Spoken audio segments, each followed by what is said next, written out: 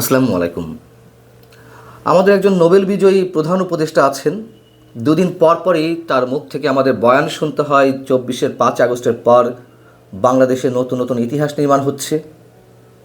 সাম্প্রতিক সময়ে তিনি বলার চেষ্টা করছেন যে বাংলাদেশ 5 আগস্টে বর্বরতা থেকে সভ্যতার যুগে প্রবেশ করেছে।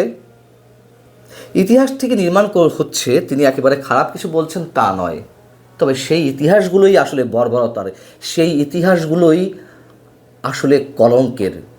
কেন এই কথা নতুন করে বলছি, আপনারা হয়তো এরই মধ্যে একটি অমানবিক সংবাদ শুনেছেন।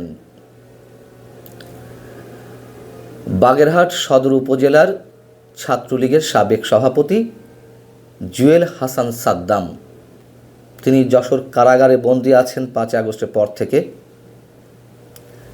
কিন্তু শুক্রবার তার স্ত্রী এবং একমাত্র শিশু সন্তান, 9 মাসের শিশু সন্তান, তাদের মৃত্যুর পরেও তাকে প্যারোলে মুক্তি দেওয়া হলো না। পরিবারের আবেদনের পরেও তাকে সামান্য কয়েক ঘন্টার জন্য মুক্তি দেওয়া হলো না। পৃথিবী থেকে চলে যাওয়া তার স্ত্রী এবং সন্তানের মুখটা দেখার জন্য পরিবারের সদস্যরা অবশেষে বাধ্য হয়ে এই দুই আপন ব্যক্তির লাশ নিয়ে গেল যশোর কেন্দ্রীয় কারাগারের জেল গেটে। 5 বছর আগে সাদ্দামের বিয়ে হয়। তার স্ত্রীর নাম সুবর্ণা স্বর্ণালী। এবং 5 আগস্ট অভ্যুত্থানের পর গ্রেপ্তার হয়ে সাদ্দাম কারাগারে বন্দী হন। এরপর তাদের একটা সন্তানের জন্ম হয়, একমাত্র পুত্র সন্তান নাজিফ।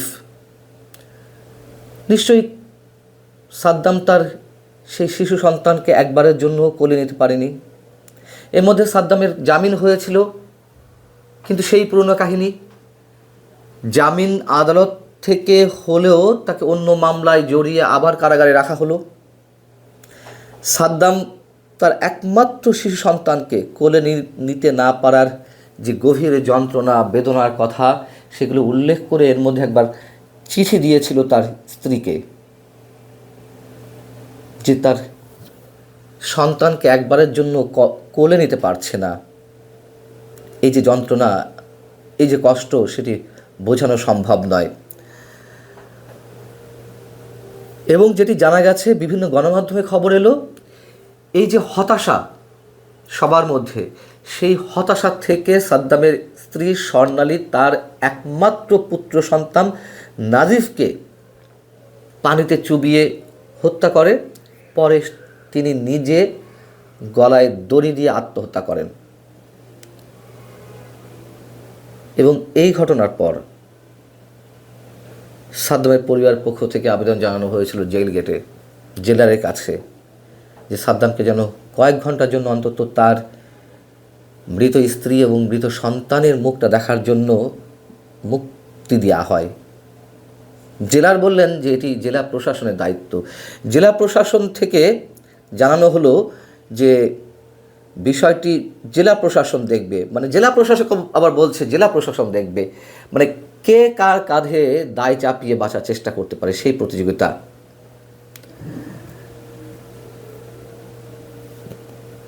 সাদ্দামের যে ঘটনা, এমন ঘটনা কিন্তু আরও অনেক আছে। আমি যখন কারাগারে ছিলাম, আমাকে শিশু সন্ত্রাসী বানিয়ে মুক্তিযোদ্ধাদের সঙ্গে দেশের সূর্য সন্তানদেরও শিশু সন্ত্রাসী বানানো হলো। একসাথে কারাগারে প্রেরণ করা হলো জামিন না দেওয়ার কারণে। তখন তো অনেক গল্প শুনেছি, নিজের চোখে অমানবিক জীবনযাপনের কথা শুনেছি, দেখেছি অনেককে।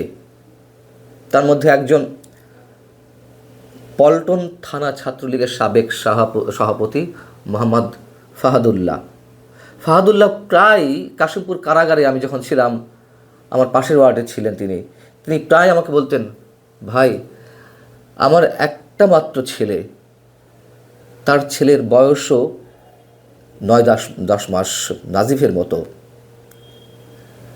10 নভেম্বর তিনি আটক হন এবং তিনি কারাগারে থাকা অবস্থায় তার স্ত্রীর সন্তান হয়। আজ অবধি ছেলেটাকে কোলে নিতে পারেনি এবং সে তার ওয়াইফকে বলে দিয়েছে যে বাচ্চাকে জেল গেটে নিয়ে এসো না, সে সহ্য করতে পারে না। এমন অসংখ্য কাহিনী। যেটা বলতে যাচ্ছি যে জামিনটা তো মানুষের ন্যূনতম আইনগত অধিকার। আমাদের সিনিয়র সাংবাদিক আনিস আলমগীরকে জামিন দেওয়া হচ্ছে না, জামিন না দিয়ে উল্টো আরও একটি মামলায় তাকে জড়িয়ে দেওয়া হলো। এই সরকার নাকি সংস্কার করছে, এই সরকার নাকি ইতিহাস নির্মাণ করছে। এই যে সব ইতিহাস নির্মাণের উদাহরণ, কারাগারে মানুষ যেভাবে মাসের পর মাস, যেমন ফাহাদের কারাগারে থাকার বয়স হয়ে গেছে প্রায় 14 মাস, 4 মাস 5 মাস থাকার পরে হয়তো কারো কারো জামিন হচ্ছে, আবার নতুন নতুন মামলায় জড়িয়ে দেওয়া হচ্ছে। 4 লাখ 5 লাখ টাকা খরচ করে এক এক মামলায় কাউকে কাউকে জামিন নিতে হচ্ছে, ভিটে মাটি বিক্রি করে জামিন নিতে হচ্ছে। লাভ কি? জামিন দেওয়া হচ্ছে না। কারো কারো হয়তো জামিন মিলছে, আমাদের মতন হাতে গোনা 2-4 জন মানুষ যারা চরম সৌভাগ্যবান, অথবা যাদের জন্য দেশে বিদেশে ব্যাপক প্রতিবাদ গড়ে উঠেছে, হয়তো তাদের কাউকে কাউকে জামিন দেওয়া হচ্ছে, এছাড়া জামিন মিলছে না। সাদ্দামের যেই ঘটনাটি আপনাদের সামনে তুলে ধরলাম, তার এই ঘটনার জন্য দায়ী কে? কাকে দায়ী করব? আইন উপদেষ্টা আর এক আমাদের মহামান্য অধ্যাপক আসিফ নজরুল চিৎকার করে বলেন যে গত 18 মাসে এ দেশে যে সংস্কার হয়েছে তা আর কোথাও হয়নি, এই বাংলাদেশে তো নয়। অসত্য কথা বলারও একটা লিমিট থাকে। তারা এমন সব বয়ান দিচ্ছেন যে পুরো বাংলাদেশকে নাকি উল্টে পাল্টে একেবারে মানে সভ্যতার যুগে নিয়ে গেছে। উল্টে পাল্টে ঠিকই দেওয়া হয়েছে, মুক্তিযুদ্ধের ইতিহাস থেকে শুরু করে সব কিছু পাল্টে দেওয়া হচ্ছে। মুক্তিযুদ্ধের ভাস্কর্য, বঙ্গবন্ধু ভাস্কর্য থেকে শুরু করে মুক্তিযোদ্ধাদের যে ভাস্কর্যগুলো ছিল এই দেশে সব বেদাত ঘোষণা করা হয়েছে। মানে ইসলামিক, কথিত ইসলামী দলগুলো তো তাই বলছে, সরকারের ভর কেন্দ্রে যারা রয়েছে। অথচ জুলাই আন্দোলনে যারা নিহত হয়েছেন তাদের আবার ভাস্কর্য করা হচ্ছে, সেটি আবার কোনো বিষয় না। আগেগুলো ছিল মূর্তি, এইগুলো হচ্ছে ভাস্কর্য। কবরেরও ভাস্কর্য হয়। গণভবনে যে কথিত জাদুঘর করা হয়েছে সেখানে কবরের আদলে কিছু জিনিস তৈরি করা হয়েছে, মানে জুলাই আন্দোলনে এত এত মানুষ নিহত হয়েছেন, এগুলো সব সহি। এর জবাব অবশ্যই অবশ্যই একদিন না একদিন যারা জড়িত এইসব ঘটনার সঙ্গে তাদের সবাইকে দিতেই হবে। সাদ্দামের পরিবারের জন্য, সাদ্দামের জন্য আমাদের শোক জানিয়ে অহেতুকতার সাথে তামাশা না করাই ভালো। ধরে নিলাম যে সাদ্দাম হত্যা করেছে, কথার কথা বললাম তর্কের খাতিরে, সত্যি সত্যি সে অপরাধী, জামিন মিলছে না, কিন্তু নিহত বা মৃত্যু স্ত্রী সন্তানকে শেষবারের জন্য দেখতে কয়েক ঘন্টার মুক্তিও মিলবে না, এটা হতে পারে? ভালো থাকুন সবাই, আল্লাহ হাফেজ।